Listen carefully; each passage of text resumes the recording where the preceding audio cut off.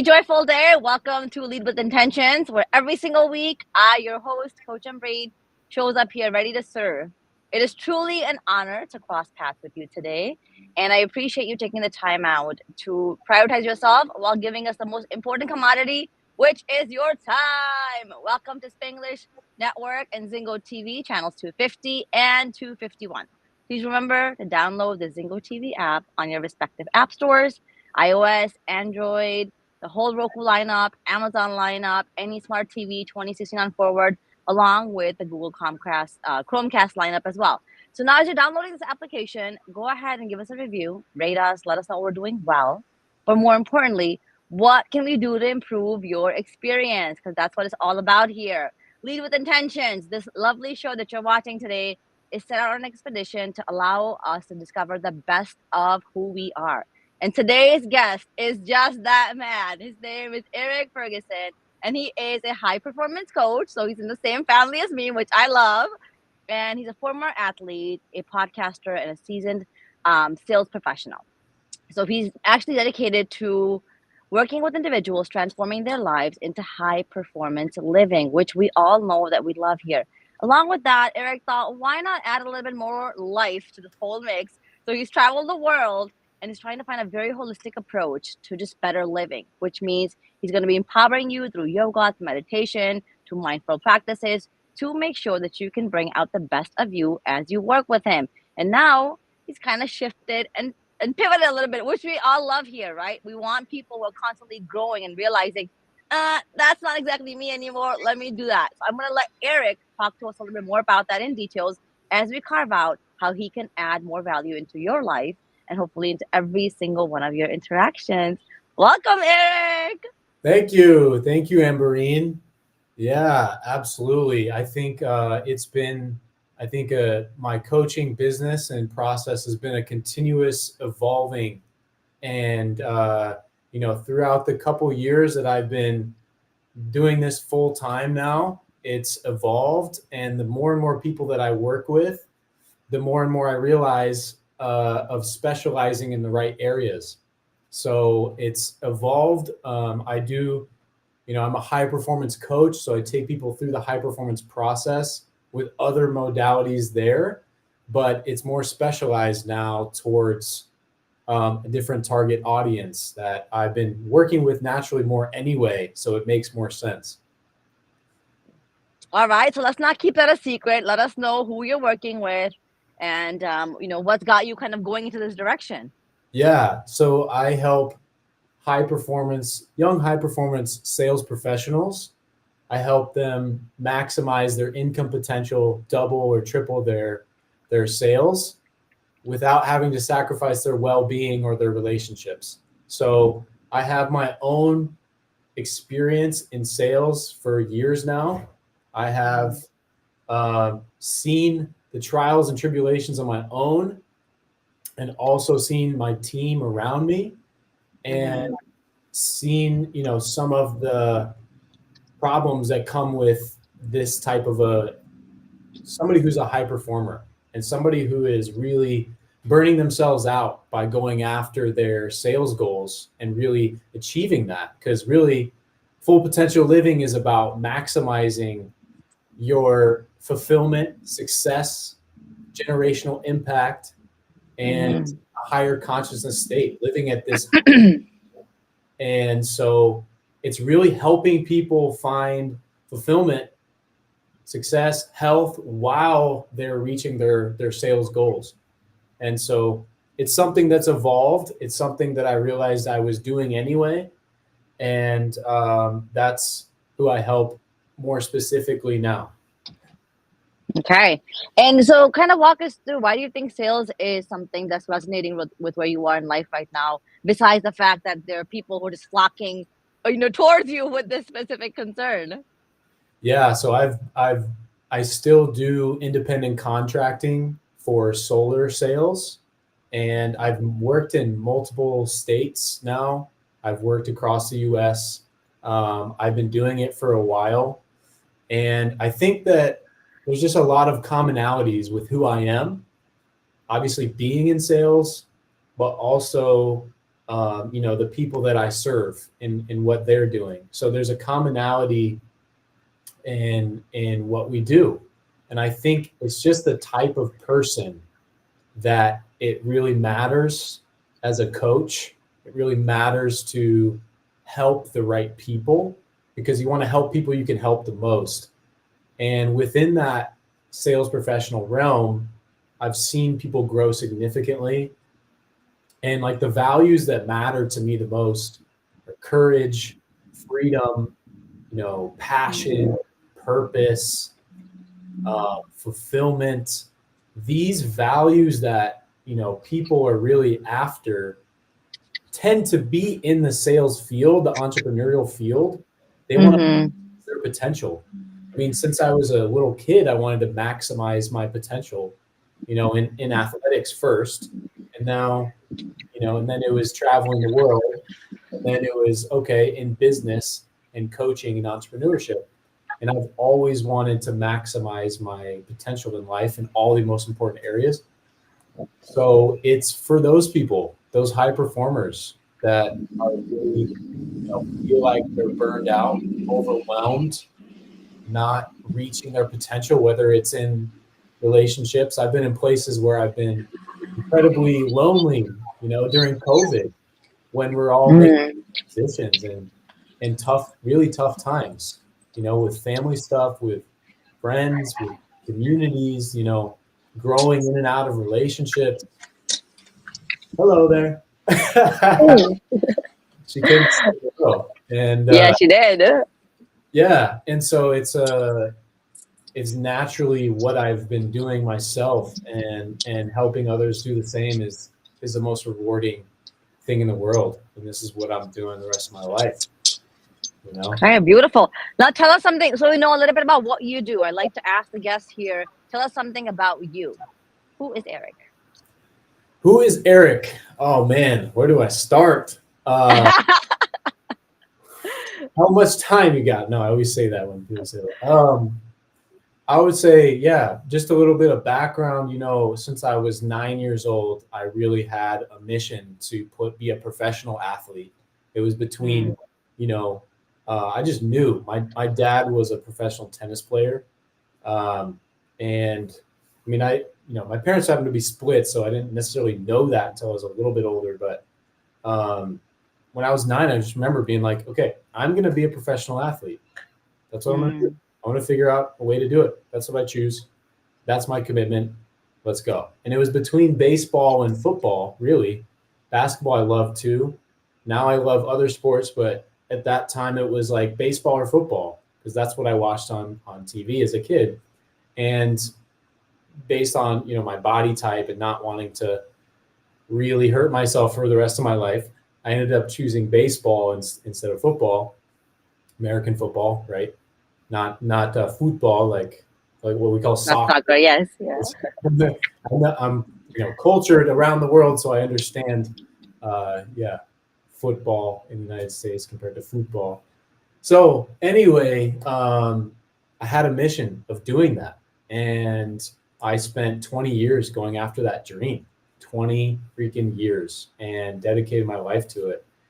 And I went as far as I possibly could. I could have dedicated another 5-10 years to really, really grind through the minor leagues, but it was really difficult. And I was like, well, I could go off and figure out who I want to be next. And that's what I did. Mm-hmm.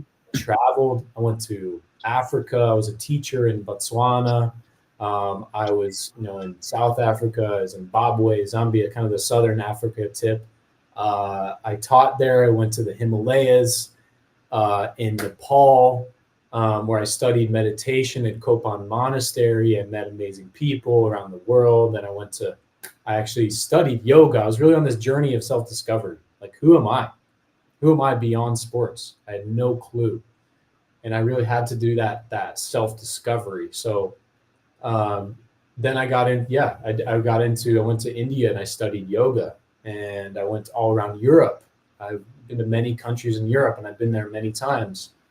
And that really allowed me to step outside of the US and reflect back, not only on us in the United States, but on me and go, who am I? What do I really want? And there's a lot of transformative journeys through there. And I always encourage people to get outside, your comfort zone, your environment, go travel and go see the world, because it allows you to see more of yourself, really. And so after that, I came back, I tried a bunch of different careers, and a lot of them didn't pan out. And then I was like, what is this coaching thing? I'm an athletic coach. I got back into coaching baseball, and that led for a few years and doing a ton of lessons. And then that led to life coaching. I've heard of executive or life coaching. And from there, I started to really move into doing it part-time.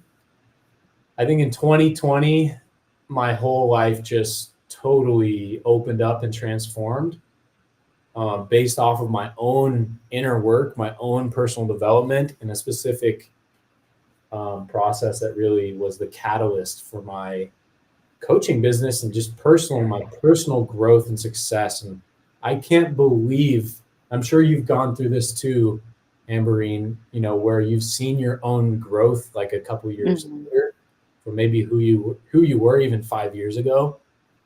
Definitely, yes. Right? I mean, an amazing coach sitting here leading this awesome Lead with Intentions. And I think I looked back and I'm like, oh my God, I can't believe the type of person I am, because I dove into personal development. Like, if you met me 5 years ago, I'm a different person. I literally am a different person. And that's an amazing feeling when you can still love that person who you were, but look where I'm at now, man, and sit with that for a minute and be like, whoa, I really love myself. Why? Not because I'm the best of the best or whatever, but because I've seen my growth. I know I'm on a trajectory towards my full potential. I know I'm going there, right? And I can see you're doing that too. And it's like when Tony Robbins said, progress is happiness. It's very simple. It's a simple concept. But when you see progress, now what I would add to that is like aligned progress, aligned with who you are. Like, let's not make, a lot of people will make progress in a direction that doesn't really fulfill them. When you know who you are and you're going in that direction and you're making progress towards that person that you feel so excited about, you're living life to the fullest. You're maximizing your potential. And that's what it's really about. Yeah, so I want to actually dive in, because this question has now come in my head like 3 times. I'm like, now you have to ask Eric. So you are talking, because the reason why I think it's important to dive in this direction is many of us who are watching, and I really do admire and I thank you, and I'm in uttermost gratitude that you're giving us the time to sit here and listen to this conversation, which hopefully is benefiting you and allowing you to live into a higher potential. Absolutely. How is it that somebody dedicates, let's say 20 years of their life, on a career path, and then they're like, well, what do I want? First of all, and the way that I'm going to actually tie it in for the general audience is, you have a kid, you have raised this child, for 20 years, and now it's kind of like their time to fly. But you are, as parents, we're so hell-bent on like, nope, like, you can't leave the state, you can't leave the country, you can't try this career path, you can't do this, you've never lived alone. All these things that we do to kind of bring obstacles, into the lives of those that we love and have good intentions towards. How do you come up with the courage, like you said, right? The purpose, the intentionality of saying, you know what? Yeah, let's reimagine a different future. How did you go from, baseball is it, to coming to that decision? Yeah, I mean, I can't think. I think there's multiple ways I could answer that. But I want to say, from my own experience, I can't thank, my mentor, John Butcher, and Lifebook, the Process of Lifebook. I can't thank him. I mean, I'm still like in contact every month with John Butcher, and I can't thank them enough, because so for anybody listening out there, the Process of Lifebook, what it did for me and this is like a concept that you can take, is it helped me go within and look within and really create a vision for my future, because I was starting over. Anybody who's at a crossroads and they're like, all right, man, I'm now, becoming an adult if it's your child, or I'm, becoming a teenager, or if it's somebody who's, in sales, or somebody who's in some different type of nature that's at a crossroads in their life, whatever that is, retirement, next level of career growth. Okay, just step off the hamster wheel of life and stop moving so fast in the busy life, especially with these, and go, okay, wait a second. Hold on. I don't have to rush through my whole life. Now, let me make intentional action, conscious action with my life, right? And so it starts with creating a vision for like what you really want. What I mean by that is not a goal. I mean something beyond a goal. I mean a lifestyle, and I mean the type of person you want to become. So literally knowing, okay, in my, like, what kind of lifestyle, what kind of quality of life do I really want to live 5-10 years from now? Where do I want to be living? What's my optimal environment? What's the quality of what's the ideal career path that I can evolve into? Where do I really want to go with my career, my work? Where do I really want to go with my finances? How can I be healthy financially to support the person that I want to become? What are the character traits that I really want to step into every day? Like, as a high performance coach, we talk about the best and truest of who we are in our, interactions, in our personal self, in our success markers. Like, I'm sure you know people with that. And it's like, so the character trait, the best and truest of who you are, and it's really knowing yourself there. So it's not just creating a goal. Like, most people just set a goal in a vacuum and they go, let me just I want to be a millionaire. Okay, well, why? Why do you want to be a millionaire? What's that going to do for you? Do you understand the what that's going to take to be a millionaire? Do you understand the sacrifices you're going to have to make? Do you understand that if you want to be a millionaire in this field, like, that's going to start to sacrifice, if you don't have help, that's going to sacrifice I'm just putting out a random goal out there, right? That's going to sacrifice your relationships. It's going to sacrifice your health. Like, what are you letting go of to get that goal? So most people just set random goals. I like to say setting goals that lead to nowhere, instead of going, wait a second, who am I? Where do I want to go? Let me take a little time, a couple of weeks, and create a vision. Or even if you don't have a couple of weeks, just 5 hours, 3 hours, like, line up 5 important areas of your life, 6 important areas. Well, who do I really want to become? What's my vision? What's the reason I actually want it? Is this coming from me, or is this coming from society? Is this who I am, or from society? What's my purpose for achieving this goal? Now, what beliefs might be holding me back? Now, how do I actually get there? What's the strategy? Put that together. And so my life since 2020 has catalyzed, like, I could just list off things. This is so just like absolutely true. My life is just catalyzed because of this process. So much of this I learned from my mentor in Life Book, and it catalyzed my potential for me to grow and then evolve that and grow that. And like, can't tell you, like, the 4 years, how much I've evolved. It's amazing. And I think to answer your question, when you set a vision, a comprehensive vision, meaning what's the lifestyle I want to live, and who's the person I want to become in those most important areas, everything you do is now in alignment with that person. And so you start to cut out all the stuff that you were doing before, that you now realize, like, why was I acting like this in this group? I don't even have that friend. Like we don't even really relate that much. I just feel drained every time I'm around them. Why am I even in this career? Why am I even doing this or doing that? Like getting conscious awareness instead of the very simplest way, like an analogy, instead of being in the passenger seat of your life and just going with the car, going on the highway, hoping you go to a better life by working hard. It's like a ship going out to sea with nowhere to go. When you have a vision, it's like having GPS. Oh, I want to go to the top of that mountain. Let me type in the address. How do I get there? Okay, that's your vision. The top of the mountain is my vision. Oh, I need to drive X amount of miles. I need to then park. I need to bring my friends, and we need to walk up this freaking mountain, and then we get there. And this is what a vision does. It cuts out all the brush of the jungle, and it clears the path for your truest and highest potential.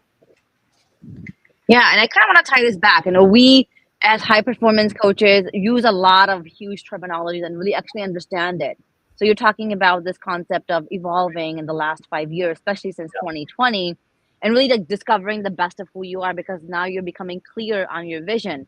So when we go through this, the program of high performance coaching, which I've gone through before I became a coach, and I can swear by it, which is exactly why I became one, right? Right, I'm not gonna do something I don't even know if it works or not. So right. I invested 2 years of my life into this. And when we're talking about alignment, for those of you who are here still listening, and I thank you for that, is we're talking about when your heart, your mind, your body, and your soul all are striving in connection to something greater.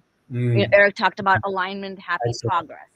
I Mm-hmm. look at it more like just intentional steps that you're taking to create the life that you want. Mm-hmm. And I think it's so simplified, right? Every single time I start off the show, I do set an intention, and that's my daily intention. And it's not because I have to do it, but I realize when I don't do it, then every single day, like if today I'm supposed to not be joyful but courageous, every step that I take has to now tie back into that. So every day I'm developing some version of me while having that higher vision of what life do I want to create. But I think it's that simple thing of taking intentional actions, right? And if Eric said, take out some time, pause. And it is true. Many of us don't have the time to pause. So for that, like every day, I'm like, just take a 5-minute journal entry and write down, like, how do you want today to pan out? Mm-hmm. And Yeah. that will really charge you towards something that's at least a lot more intentional in the day. And I think that's what it is. So how would you describe, what it means to live an intentional life, Eric? Man, can I ask you a question? All the time. What is your intention? What is your intention of today? You said you have My like a intention today is to have a joyful day. So everything connects back into joy. I was out over the weekend. Actually, just got back in yesterday late night without my kids. My sister and I took a trip celebrating my 40th birthday. So this is Woo! another like a very big, yeah. I was like, as women, you say like year out loud. Are you okay? I'm like, of course. Like it doesn't matter. It's a number. So my sister and I went to an island, beautiful island, which was just completely on foot. So there are only horses, carriages there, bikes, or you're walking. And it has hardly any pollution, super amazing, glorious. Like you just go there and you come back, you're like, wow, I needed that pit stop. So for me today, I have to really pour back into my little humans. So living into joy with them is going to be the essential theme for today, while pouring back, of course, into the business and into you guys as well. Yeah, amazing, amazing. What was your question for me? My question to you was, what does it mean to live an intentional life? Yeah, I think it's bringing just it's like the cliche. It's not the cliche saying of being in the present moment. It's really like being aware, like waking up, your senses to be like, okay, this is really the only moment that actually exists, really. And so when you do that, you wake up to being your best every moment. And then you go, okay, if I'm going to be my best every moment, every moment I'm breathing here, like literally alive, I'm alive right now. I'm waking up to I'm alive, I'm here, I'm conscious, I'm bringing awareness to being alive instead of just moving. I'm not sure what I'm doing. I'm just busy. Pause. I'm a human being on planet Earth and I'm alive here, right? Wow. Okay. Wait. So what do I want to, like, if I want to be my best, if I want to live a great life, how do I do that? Okay. What is my intention? What's my intention? Right. So now I go, okay, my intention is to be my best, is to live joyfully, is to live purposefully, right? And so it's really just bringing conscious awareness. It's literally like, if you want to just put one word on it, it's just awareness, just awareness around the present moment and around why you want something. What's my intention? What is my focus or sort of my goal of what I'm going towards? So I think it's really just like bringing awareness around what you want from the best and truest of who you are, instead of just running unconscious programs that are from your parents or your society, or the people you grew up with, or your teachers, your preachers. It's going, wait, hold on a second, are those from me or put on me? Because all of us were put on a bunch of beliefs, thoughts, mindset of how to live life, even from the people we love the most. Yeah. We love these, like my dad, my mom, like, my people around me, my siblings and just close people in my life. They love me and they want the best for me. But sometimes they'll say things that are like, no, I don't believe that, because that's not my path in my life. That may have worked for you. That may be what you think is best, but I know what is best for me because I know where I want to go. So sometimes we have these people we love so much, our partners, our family, our siblings. They're like, no, you should be doing this. When your path is not their path. Yeah. Everybody's path is unique and different, and we must own our path and lead it with our own true intentions. Yeah. I think it's like a lot of times I'll just say, like, you're designing your life, Yeah.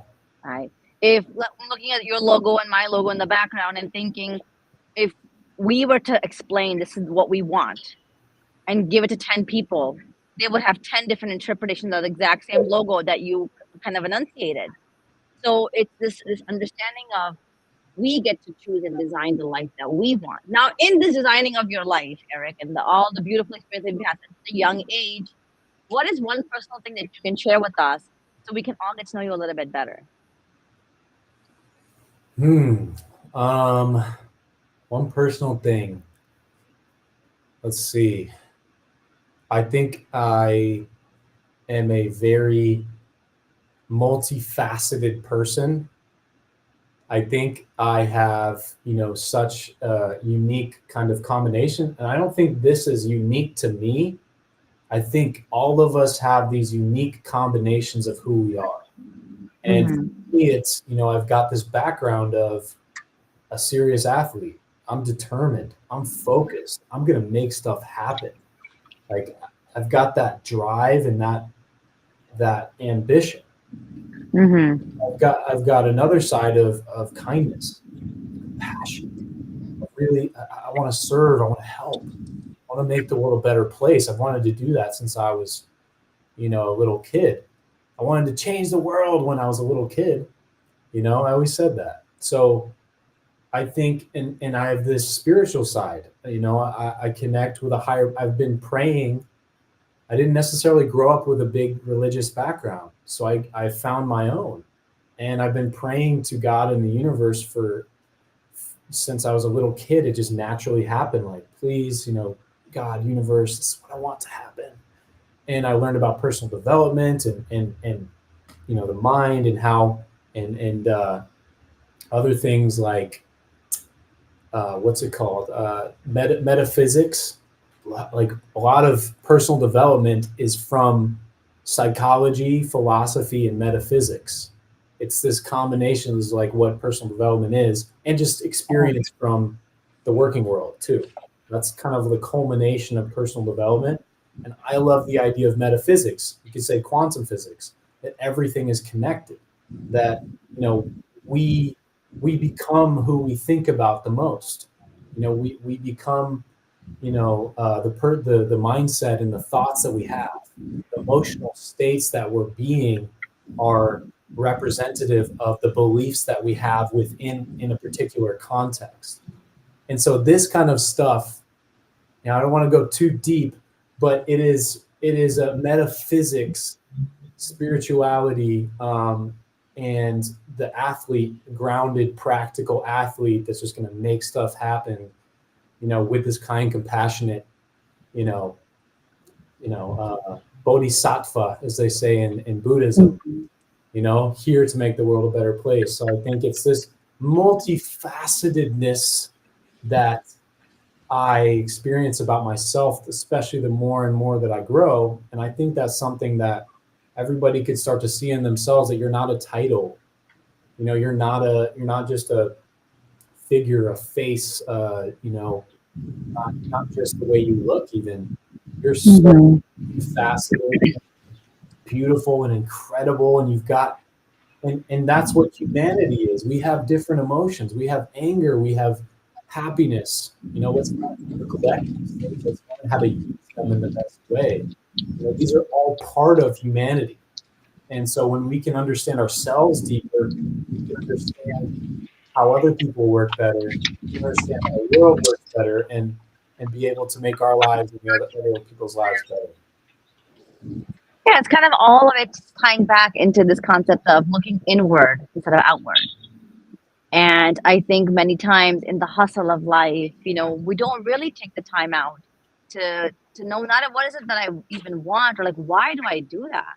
Right? Yeah. Like in our culture, a lot of times, like as a family member, as a mom, you know, when you and I were kind of in a lot of groups together, I would talk about this concept of like, I want to be X mom. And everyone's like, what is X mom? No, it's like a compassionate, accepting, loving mother. Now Mm, I can be all those things, but maybe at that moment in time, my kiddo needs something different. So unless I look inward and I ask, what can I give? I really won't be able to provide whatever it is that they need, right? And I think it's many times we look at life in like chunks, yeah. right? Which could be helpful. However, you talked about that overlying vision, and if it's not aligning to that, then you kind of can't chunk it up. It kind of has to all morph in together. Mm-hmm. So, talk to us a little bit about, you did say things about you growing up, as a in your family and you're with your mom and dad and their separation. What is something that you can share with us about your family so we can actually dive in, to into that world as well with you? Yeah, something about my family.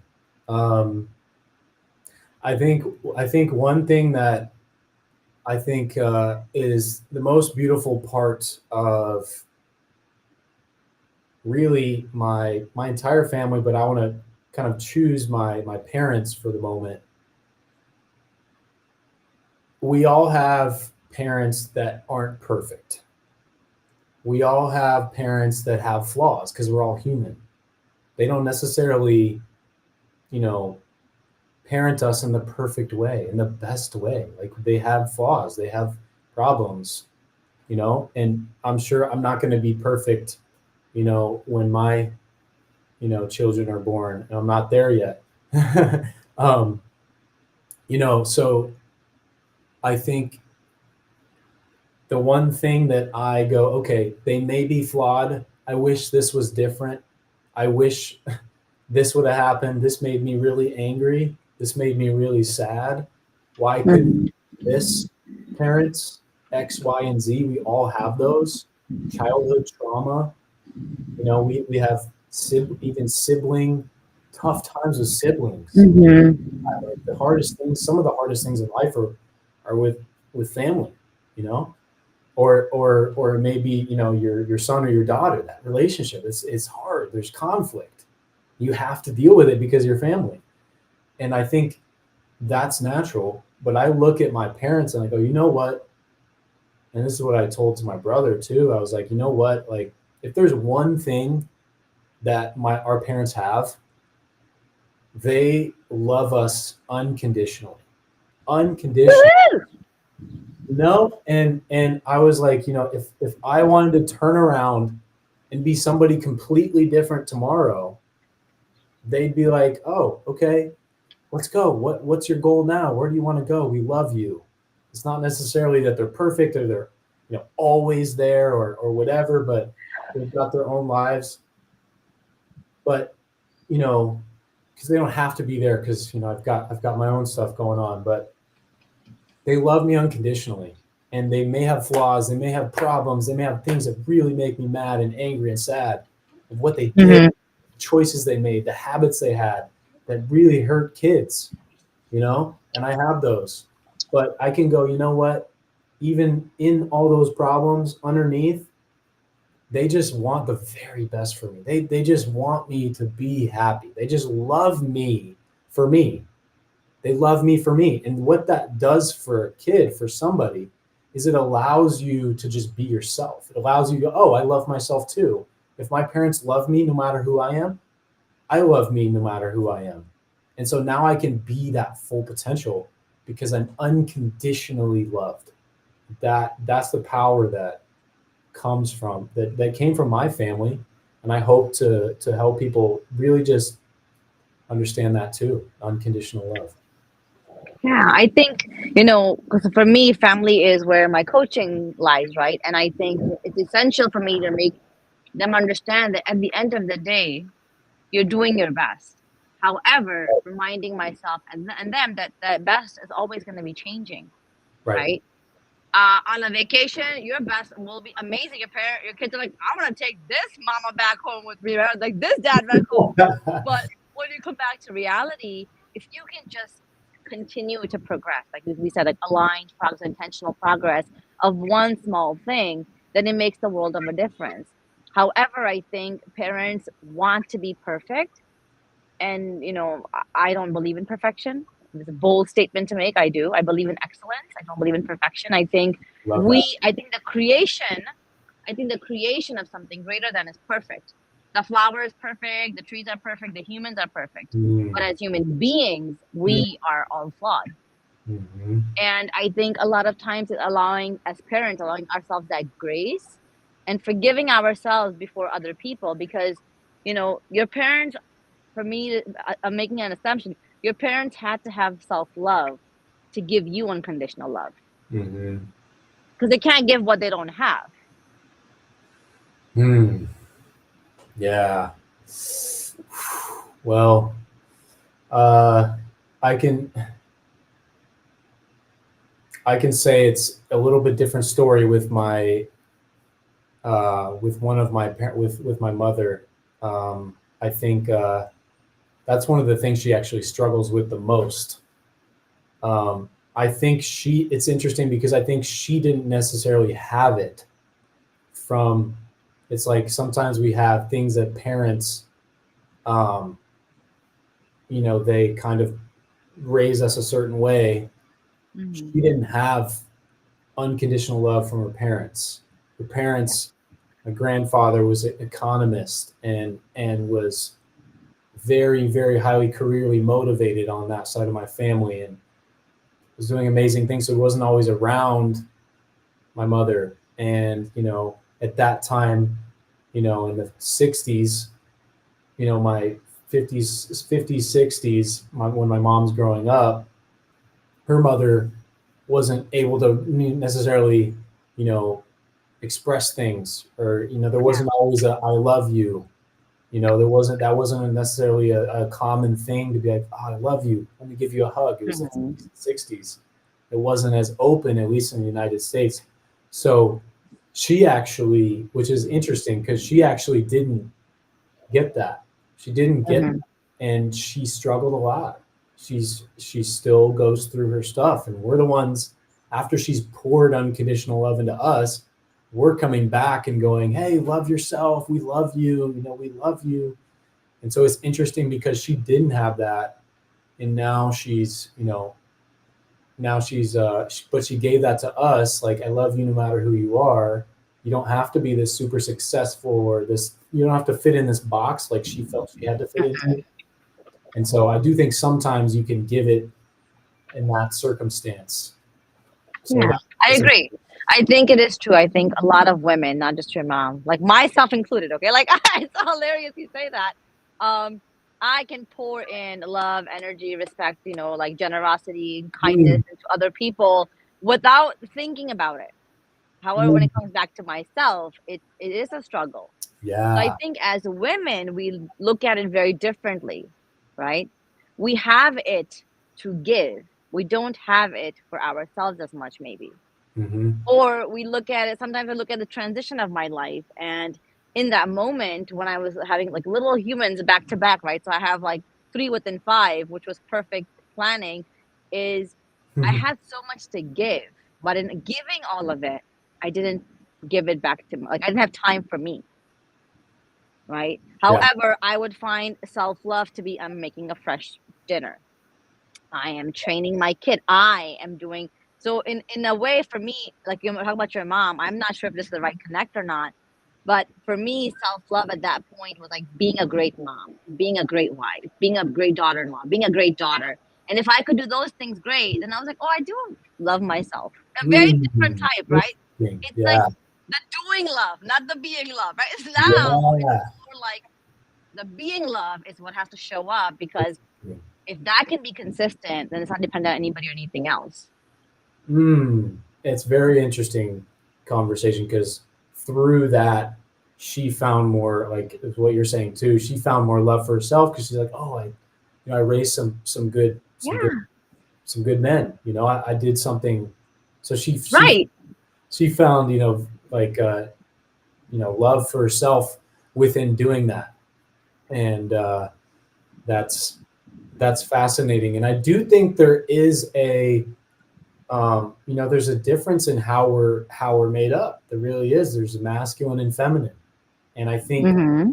I like to say for 80% of us, because there's a 20% that are different, and that's totally fine, in my opinion. And I think 80% of us are naturally, this masculine or more feminine, and that 80% typically has things that are more in alignment with masculine energy and feminine energy. We all have masculine and feminine both. We have both of them. As we've discovered more and more, as the 60s would turn into the 70s, into the 90s, into nowadays, that I can express my emotions as a man, and I can be cool with that, and I can be like, yeah, these are my emotions. Let's go. Like, I don't. Love it. This makes me stronger, and Mm-hmm. women can be like, oh, I want to step up and take lead here because I have knowledge here. So we all have the masculine and the feminine energies. It's just that 80% of us, again, not 100%, 80% of us, are more dominant in either masculine or feminine. And there's certain things that a masculine or feminine energy does. And loving and caring for others is a feminine energy. And women in that 80%, tend to have more of that. And it's just a natural thing. This is not a sexist conversation. It's a natural how we were born and how we were made for that 80%. That's another conversation, but Yeah, masculine. no, I love it. I love how there's no agenda. I like things are just flowing and diving. I could probably talk to you for hours on it, Eric, but we do need to wrap up the show. And the tradition that we have here on the show is I call these a rapid fire. I'm going to ask you a set of questions, and I would like you to answer whatever comes to mind as fast as you can in a word or in a sentence. Okay? So, here we go. Ready? Ready. All right. What do you want to leave behind for the world, Eric? A powerful and positive impact. Okay. How will you know you've led an intentional life? if I brought conscious awareness to who I am. Okay. If you could create one law that everybody had to follow, what would that law be?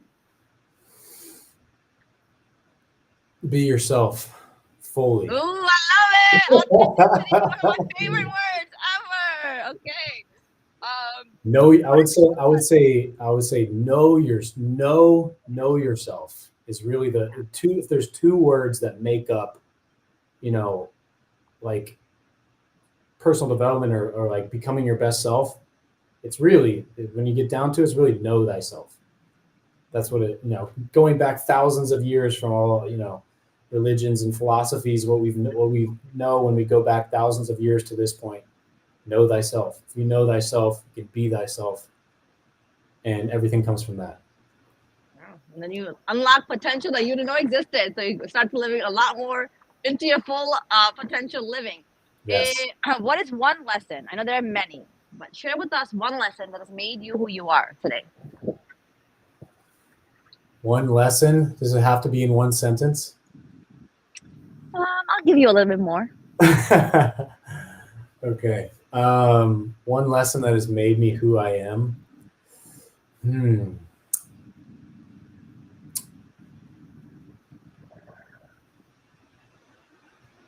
I would say, the first things that come to mind are, there's been some financial lessons, but there's been family lessons. I can say that the relationship with my brother, we had a conflict last year, towards the end of the year. And it was very hard. It was very painful. There's a verbal, sort of fight. And I think, because he was very hurt from things of the past and from the whole family dynamic, whether it's whose fault, it doesn't really matter. From the whole family dynamic, whether I was a part of that or not, he felt like he needed to kind of bring it up to everybody. And so what I learned from that was that in the hardest moments, I can still be peaceful. When I have an opportunity, when somebody's right there, ready to fight, I can still hold my ground and be peaceful. And I think some of the greatest leaders in the world were able to do that. Gandhi, Martin Luther King, John F. Kennedy, those people to me are nonviolent. And I think that's the greatest strength, not to have to physically fight, because that's really the deepest part of who we are, which is unconditional love. That's what we come from. So when we can do that on planet Earth, we are, we're being in alignment with our highest and truest self, that type of a leader. Hey, I love it. I think that is so true. Being able to choose our reactions is so key to people that we become. What's the key to a healthy relationship? We just talked a little bit about relationships, but what would you say is the most important thing when it comes to making it healthy? Healthy relationship, I would say communication. Really, it comes down to compassionate communication. Hey, well, I love it. First of all, I want to, just apologize to every single person. I'm literally sitting outside, and my hair's flying, and people are coming in and out. And I was like, you know what? It's either you shift and pivot with the flow of things. You don't have a room available right now, or you back out. So I apologize for all the distractions, but this was truly a beautiful conversation. Someone did drop a comment. Hey, what's up? What's up? Is we are wrapping up, and we're super excited that you were here to be with us today. And for every single one of you who wants to reach Eric, how can they do that, Eric? Yeah, LinkedIn, Eric Ferguson. So high-performing sales professionals that want to maximize their sales potential while also building their health and without sacrificing their health and relationships, and people in general that just feel connected. LinkedIn, Eric Ferguson, website full-potential-living.com, and then Instagram, full_potential_living.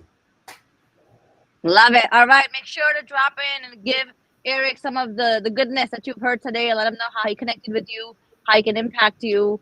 and just like the good stuff in the conversation. We as coaches, as human beings who come on this show, dedicate some of the time and efforts from our own lives, really do want to pour in, and we would love for you to share what it is that you're taking away from this conversation. As we are wrapping up this show, I want you to know that the show can be heard on Spanglish Radio Network. Please check out spanglishworld.ca for all the news and the programming. As we close today, it is my prayer that this show will embark us on a transformative path to be in gratitude, accept the unfoldings of life, and commits to values and dreams which will allow us to tap into our own greatness. As I have tawakkul, which basically means faith in all of us. When we unleash authenticity, we start intentional living. Remember, there's only one of you. Design that life by excellence. Spanglish World, watch it, hear it, read it, download it, most importantly, live into it with intentionality to better serve who you are. Thank you so much, folks. Thank you much, Thank Eric. you. Peace.